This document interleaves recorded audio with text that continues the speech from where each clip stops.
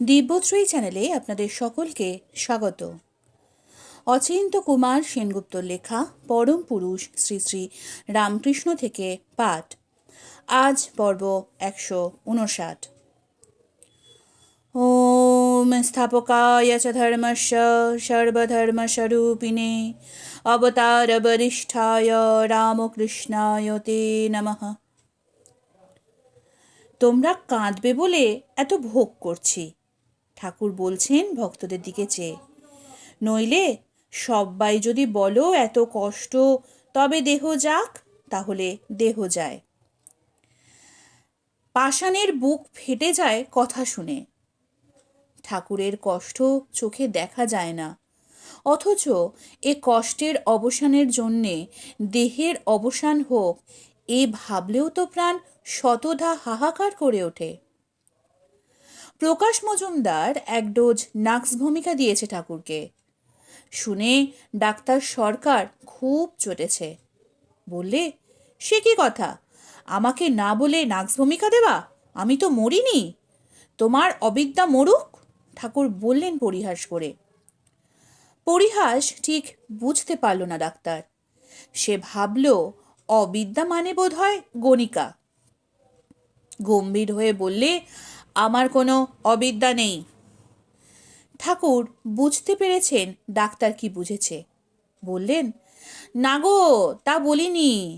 সন্ন্যাসীর জানো তো, অবিদ্যা মা মারা যায় আর বিবেক সন্তান হয়। মা মারা গেলে অশৌচ হয়, তেমনি অবিদ্যার মৃত্যুতে সন্ন্যাসীর অশৌচ, তারই জন্যে সন্ন্যাসীকে ছুঁতে নেই। আচ্ছা মশাই, পাপের শাস্তি আছে শুনেছি, অথচ ঈশ্বরই সব করেছেন, এ কেমনতর কথা? বলেছিলে শ্যাম বসু, বুঝিয়ে দিন। কি তোমার সোনার বেনে বুদ্ধি! ঠাকুর রঙ্গ করে উঠলেন। সোনার বেনে বুদ্ধি মানে ক্যালকুলেটিং বুদ্ধি, বুঝিয়ে দিল নরেন। তোমার অত মাথা ব্যথায় কাজ কি? ফিলোজফি লয়ে বিচার করে তোমার কি হবে? আতপো মদেই তুমি মাতাল বলছেন ঠাকুর। সুরির দোকানের মদের হিসেবে তোমার কি দরকার? ডাক্তার সরকার বললে, আর ঈশ্বরের মদ অনন্ত, সে মদের শেষ নেই। তুমি তাকে সব ভার দিয়ে চুপ করে বসে থাকো না, বললেন ঠাকুর। সৎ লোককে যদি কেউ ভার দেয়, সে কি অন্যায় করে? পাপের শাস্তি তিনি দেন কি না দেন তিনি বুঝবেন। তোমার কিসে ঈশ্বরে ভক্তি হয় তাই দেখো। মানুষ হিসেব করে কি বলবে? ডাক্তারও চলে এসেছে ভক্তি বিশ্বাসের পথে।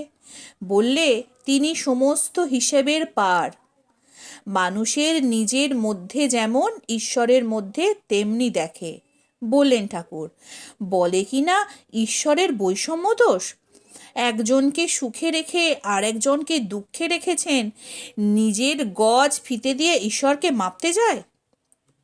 ঠাকুরের বাহ্যিক দেহে দুর্দান্ত যন্ত্রণা, তবু তিনি নিজে আবার ভক্তদের ভুলিয়ে রাখছেন।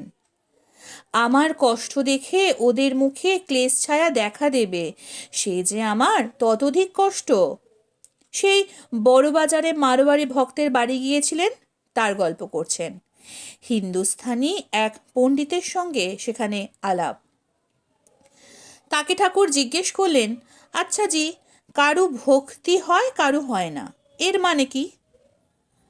পণ্ডিতজি কি সুন্দর করে বললে ঠিক ঠাকুরের প্রতিধ্বনি। ঈশ্বরে বৈষম্য নেই, তিনি কল্পতরু, যে যা চায় সে তা পায়। তবে কল্পতরুর কাছে চাইতে হয়। 1886 সালের 1 জানুয়ারি ঠাকুর কল্পতরু হলেন। বেলা প্রায় 3টে, ছুটির দিন। গৃহস্থ ভক্তরা সমবেত হয়েছেন কাশীপুরের বাগানে। ছুটির দিন, অনেকক্ষণ অপেক্ষা করা যাবে, যদি এক ফাঁকে দেখা যায় একটু ঠাকুরকে। অপেক্ষা করেই তো আছে। যেদিন সংসারে এসেছি তার পদাশ্রয় বিচ্যুত হয়ে সেই দিন থেকেই তো অনিকেত আমরা। এইসব মাটির ঘর কি আমাদের আশ্রয় হতে পারে? যে মুহূর্তে ডাক পড়বে সে মুহূর্তেই তো বিদায় হতে হবে। বাড়ি ঘরের মেরামত বাকি, দরজায় তালা লাগিয়ে আসি, কোনো অজুহাতই শুনবে না। যে বাড়িতে শেষ পর্যন্ত কর্তৃত্ব নেই সে কি আমার বাড়ি? এই একটু বৃষ্টিটা ধরবার জন্যে ছাতার তলায় দাঁড়ানো, ডাকটি শোনার আশায় একটু বসে যাওয়া, পথ চেয়ে অপেক্ষা করা, কখন আসবে সেই ডাক হরকরা কেউ জানে না। স্টেশনের মুসাফিরখানায় বসে আছি ট্রেন ধরবার জন্যে। মুসাফিরখানায় কি ঘরবাড়ি? ওরা আমার জন্য সব বসে আছে। ঠাকুর হঠাৎ ব্যস্ত হয়ে উঠলেন। আমাকে কাপড় জামা দাও, আমি পরবো, সাজবো, যাবো আমি বাগানে বেড়াতে। এ কি অসম্ভব কথা! শয্যালীন কঠিন রুগী এই যাবে কি করে নিচে নেমে? যাব, সহজেই চলে যাব, ওরা আমার জন্যে অপেক্ষা করে আছে। এখানে ওদের আসতে বারণ, অনেক বিধি নিষেধের কণ্টক।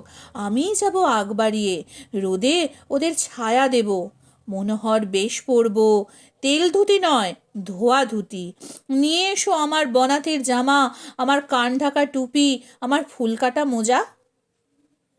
একবার দুখানা তেল ধুতি কিনতে বলেছিলেন মাস্টারকে। মাস্টার তেল ধুতি তো কিনলই, দুখানা ধোয়াও কিনলো। ঠাকুর বললেন, তেল ধুতি দুখানি সঙ্গে দাও, আর ধোয়া দুখানা তুমি নিয়ে যাও। যে আজ্ঞে।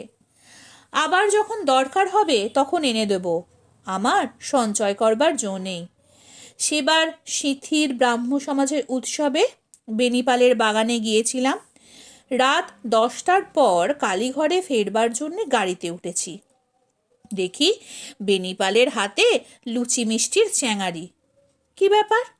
রামলাল আসতে পারেনি, তার জন্য কিছু খাবার দিতে চাচ্ছে। ও বাপু বেনিপাল, আমি বললুম তাকে মিনতি করে, আমার সঙ্গে ওসব দিও না, আমার সঙ্গে কোনো জিনিস সঞ্চয় করে নিয়ে যেতে নেই।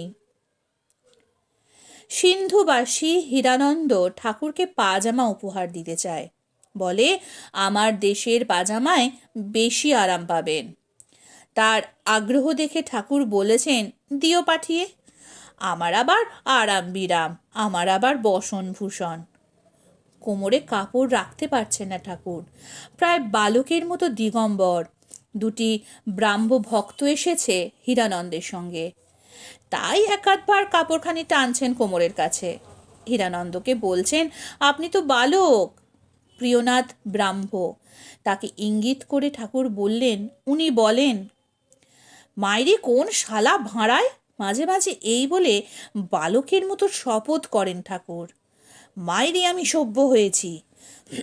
বলতে বলতে কখন আবার বলে ওঠেন, কত মনে করি সভ্য হব, কিন্তু মহামায়াছে বসন রাখতে দেন না শরীরে, আমাকে বালকের মতো করে রাখেন। সেবার একটা ছোট ছেলে ফুল নেব বলে বায়না ধরলে, বাপ বোঝালে নিতে নেই, ও ফুলে ঠাকুর পুজো হবে। কে শোনে কার কথা? ছেলে কান্না জুড়ে দিল। আমি যখন তাকে দিলাম সেই ফুল, ফুল পেয়ে কি আনন্দ সে শিশুর। তারপর তারপর তারপর দূর যা বলে সে ফুল সে ফেলে দিল ছুঁড়ে। প্রিয়নাথ বললে, আগে পায়ে বন্ধন, এগোতে দেয় না। থাক না পায়ে বন্ধন, মন নিয়ে কথা, মনে কেন বাঁধন পড়াও? হায়, মন যে আমার বশ নয়। মন অভ্যাসের বশ। অভ্যাস করো, মনকে যেদিকে খুশি নিয়ে যেতে পারবে। ঠাকুর লাল পেড়ে ধুতি পরলেন, গায়ে দিলেন সবুজ বনাতের জামা, মোজা পায়ে চটি জুতো পরলেন, মাথায় আঁটলেন কান ঢাকা কাপড়ের টুপি। যার নাকি শয্যা শয়ন অসুখ, সে উঠে বসে সাজগোজ সমাধা করল, হেঁটে চলল, নেমে চলল সিঁড়ি দিয়ে, একেবারে এসে উপস্থিত হলো সামনের মাঠে, যেখানে গৃহী ভক্তরা জমায়েত হয়েছে। জমায়েত হয়ে তাকিয়ে আছে ঊর্ধ্বমুখে। চলে এলেন সেই গৃহীদের আহ্বানে, যিনি স্বয়ং সন্ন্যাসী হয়েও গৃহস্থের শিরোমণি। পর্বত চূড়ায় তুষার হয়ে বসে রইলেন না, নেমে এলেন সাধারণের সমতলে। পাপী তাপী দুঃখী দুর্গতদের মাঝখানে, যারা নানা বাধা বেদনায় জর্জর, সংশয়ে অবিশ্বাসে পীড়িত, আকাঙ্ক্ষায় অহংকারে অভিভূত, তাদের এলাকায়। প্রবৃত্তিতে শত তাড়িত হয়েও যারা অম্লান ভক্তিমান, যারা সংসার কারাগারে বন্দী থেকেও সর্বদা সেই নীল আকাশের ভিখারি। এসেছে গিরিশ ঘোষ, অতুল ঘোষ, রাম দত্ত, অক্ষয় সেন, হারান দাস, কিশোরী রায়, বৈকুণ্ঠ সান্যাল, নবগোপাল ঘোষ, হরমোহন মজুমদার আর মাস্টারমশাই মহেন্দ্রগুপ্ত। আরও অনেক, হরিশ মুস্তাফি, চুনিলাল বসু, উপেন্দ্র মুখোপাধ্যায়। ওরে চেয়ে দেখ কে এসেছে। শরীরে বেঁচে থেকে যে বিশ্বাস করা যায় না, এ কি সত্যি না দিবা স্বপ্ন? একসঙ্গে এতগুলি লোকের দৃষ্টিভ্রম হয় কি করে? ওরে এ যে তিনি, মর্তের ঘরে আকাশের দিনমণি। কই তার রোগ কষ্ট, কষ্ট কই? এ যে সর্বদীপ্ত প্রসন্নতা, সর্বশোভা পরিতৃপ্তি। দু চোখে এত রূপ ধরে না, হৃদয় মৃৎপাত্রে ধরে না যে করুণার শ্রাবণ উৎসার। হে ঈশ্বর, বলতে পারো তুমি আমার কে? সকলের চেয়ে ভালো, সকলের চেয়ে মহৎ, সকলের চেয়ে মধুর। বলতে পারো তুমি আমার কে? সকলের চেয়ে কঠিন, আবার সকলের চেয়ে করুণাময়, সকলের চেয়ে ন্যায়ী, সমস্ত বিচারের শেষ বিচার, সমস্ত অর্থের শেষ অর্থ, নত নম্র হয়েও প্রচণ্ড। এত কাছে, অথচ কোনো দুষ্প্রবেশ্য প্রচ্ছন্নে যেন গা ঢেকে আছো। অচঞ্চল, অথচ তোমাকে ধরতে পারছি না। নিজে বদলাচ্ছ না, অথচ বাকি সমস্ত জিনিস বদলে বদলে দিচ্ছ। এত পুরনো হয়েও নিত্য নতুন, এত ব্যস্ত অথচ কি সুন্দর বিশ্রাম করছো। এত কষ্ট করছো অথচ মুখে কি অম্লান হাসি। এত সঞ্চয় করছো অথচ কিছু তোমার প্রয়োজন নেই। বলো, তোমাকে ছাড়া কি আর আমার চাইবার আছে? আর সমস্ত পেলেও আমার তৃপ্তি নেই। তোমাকে চাইতে পারলেই আমার তৃপ্তি। কিন্তু কি করে তোমাকে চাই, তুমি যদি না চাওয়াও? কি করে তোমাকে দেখি, যদি তুমি না দেখা দাও দয়া করে? তাই তুমি নিজের থেকেই চলে এলে, নেমে এলে আমাদের মধ্যে। তোমার দুয়ারে কত রক্ষী, কত পাহাড়ওয়ালা, কত নিয়ম কানুনের অস্ত্রশস্ত্র। সমস্ত বিধি নিষেধ তুমি নস্যাৎ করে চলে এলে। তুমি বুঝলে আমাদের দুঃখ, আমাদের অসামর্থ্যের অসাফল্যের বেদনা। তাই তুমি নিজের থেকে এসে ধরা দিলে। সৈন্য শান্ত্রীরা লজ্জায় মুখ লুকোলো। তুমি যে আমাদেরই একজন, তুমি যে আমাদের কাছে সংসারের চেনা পোশাকে দেখা দিলে, গেরুয়া পরে এলে না। তোমার সন্ন্যাস তো সংসারের সংকোচন নয়, সংসারের সম্প্রসার।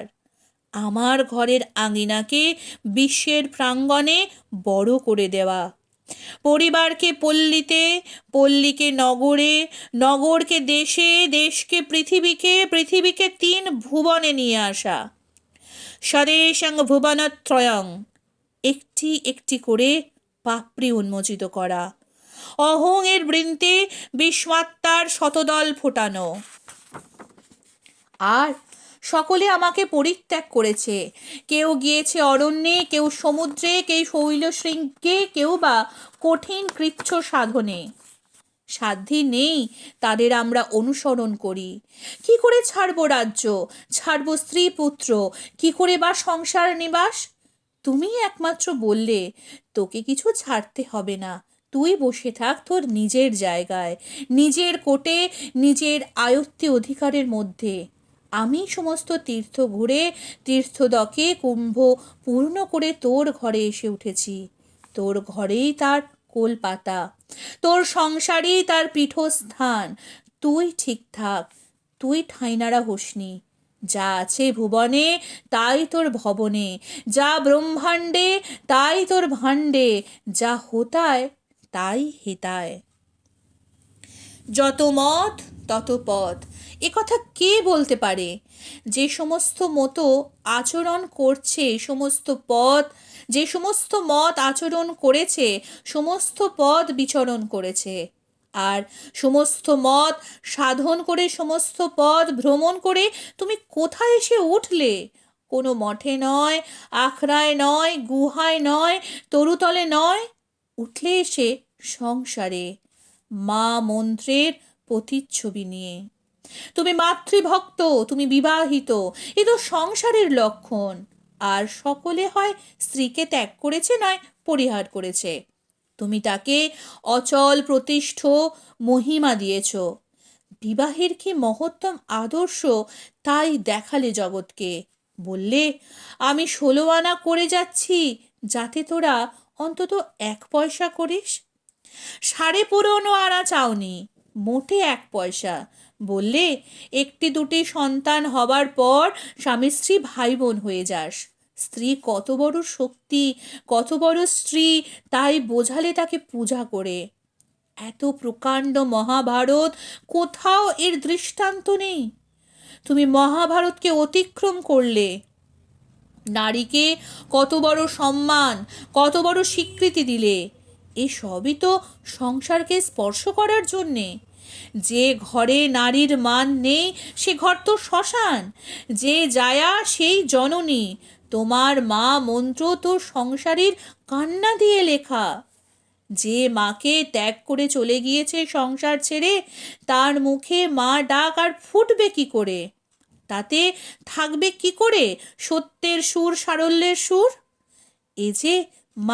মা ডাক তো তোমার আমার, যেহেতু তুমি আমি দুজনেই সংসারী। এক হিসেবে সংসারই তো মুক্ত। ঈশ্বরের জন্যে সে সবখানে যাবে, যেমন তুমি গিয়েছিলে। তোমার কাছ থেকেই তো তার সব শেখা।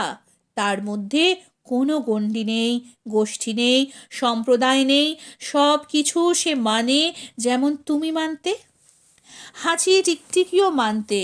সে পাদ্রির কাছেও যাবে, পীরের দরগায়ও যাবে, ফোঁটা তিলকের কাছে যাবে, যাবে ত্রিপুণ্ড্রকের কাছে, বেলতলায়, ষষ্ঠীতলায়, অশুদ্ধ পাকুড়ের নিচে, হয়তোবা কোনো জলাশয়ে।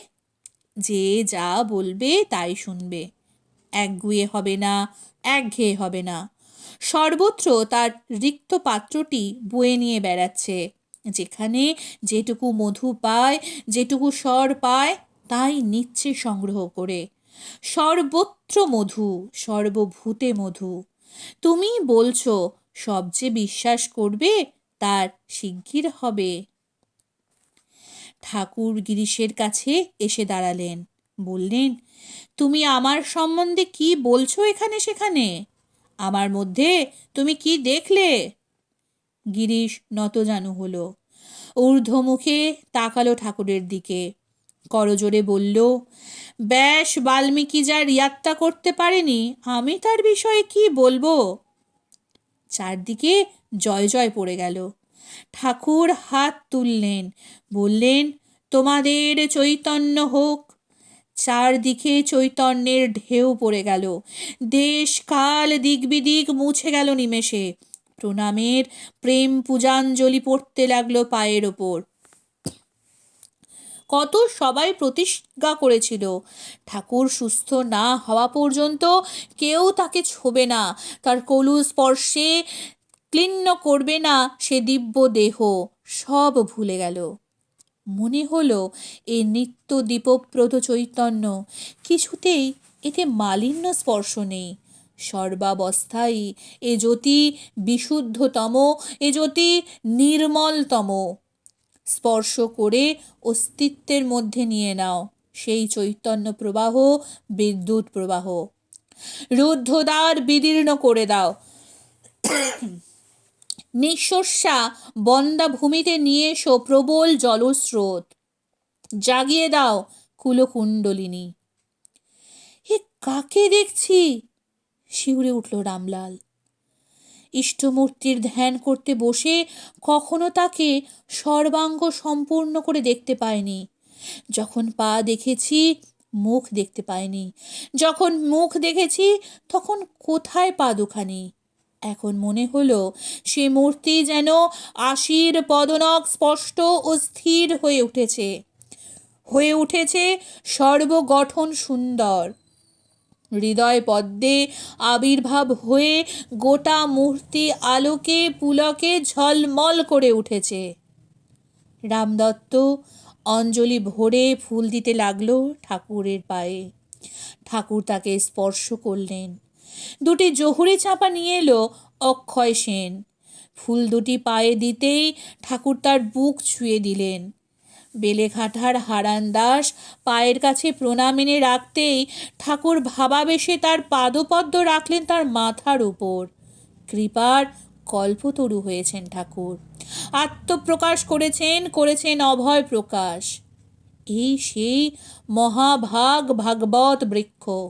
গোচরণ করতে করতে শীতল ছায়ান্বিত গাছ দেখে শ্রীকৃষ্ণ বললেন বয়স্যদের, এই সেই মহৎ বৃক্ষকে দেখো, এই সব মহৎ বৃক্ষকে দেখো, পরার্থেই এরা একান্ত জীবিত, পরের উপকার করবার জন্যেই এরা জীবন ধারণ করে। বাত বর্ষা হিম তাপ এত সহ্য করছে অক্লেশে, সহ্য করে রক্ষা করছে আমাদের। এরাই সর্বপ্রাণীর জীবন ধারণের হেতু, এদেরই বড় জন্ম। কোনো যাচকই এদের কাছে বিমুখ হয় না। পত্র পুষ্প ফল ছায়া মূল বলকল কাঠ গন্ধ নির্যাস ভস্য অস্থি পল্লব সব দিয়ে সকলের কামনা পূরণ করে। তেমনি প্রাণ মন বুদ্ধি বাক্য দিয়ে সর্বদা জীবের কল্যাণ সাধন করাই মানুষ জন্মের সার্থকতা। ওরে, কে কোথা আছিস? এই বেলা চলে আয়, মুঠো মুঠো অভয় কুড়িয়ে নে, আশ্বাস কুড়িয়ে নে। সানন্দে চিৎকার করে উঠল অক্ষয়। চৈতন্যের বন্যা বয়ে যাচ্ছে, কুড়িয়ে নে ভারে ভারে। জ্ঞান ভক্তি বিবেক বৈরাগ্য যার যা খুশি ঠাকুর কল্পতরু হয়েছেন। এমন দিন আর পাবি না রে। কৃপার পাত্র উজাড় করে ঢেলে দিয়েছেন প্রভু। আয়, নিয়ে যা, দেখে যা এই অমৃত অভয়ের অধিপতিকে, যার চরণ যুগলি সকল কর্মের ও সকল মঙ্গলের নিদান। স্পর্শ করে ধন্য হ সকলে। ছুলেন নবগোপালকে, অতুলকে, হরমোহনকে, গিরিশকে, কিশোরীকে, রামলালকে। বৈকুণ্ঠ বললে, আমাকে কৃপা করুন, আমাকে স্পর্শ করুন। ঠাকুর বললেন, তোমার তো সব হয়ে গিয়েছে। আপনি যখন বলছেন হয়ে গিয়েছে তখন আর তাতে ভুল কি? তবু মুখের ওপর যেন একটু কোথাও বিষাদ ছায়া লেগে আছে। কিন্তু অল্প বিস্তর একটু বুঝতে পারি, তার ব্যবস্থা করে দিন। বেশ, কাছে এসো। কাছে এসে দাঁড়ালো বৈকুণ্ঠ। ঠাকুর তার বুকের ওপর হাত রাখলেন। একটা বিরাট ভাবান্তর হলো বৈকুণ্ঠের। দেখতে পেল চতুর্দিকে যেন ঠাকুর হাসছেন। গাছপালা বাড়িঘর লোকজন, এরা যেন গাছপালা বাড়িঘর লোকজন নয়, সবই ঠাকুর।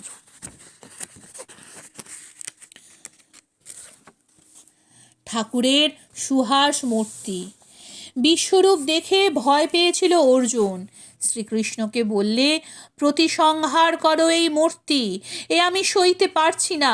আবার তুমি তোমার মানুষ রূপটি ধরো, তোমার সেই সকল সুন্দর সন্নিবেশ সৌম্য মূর্তি।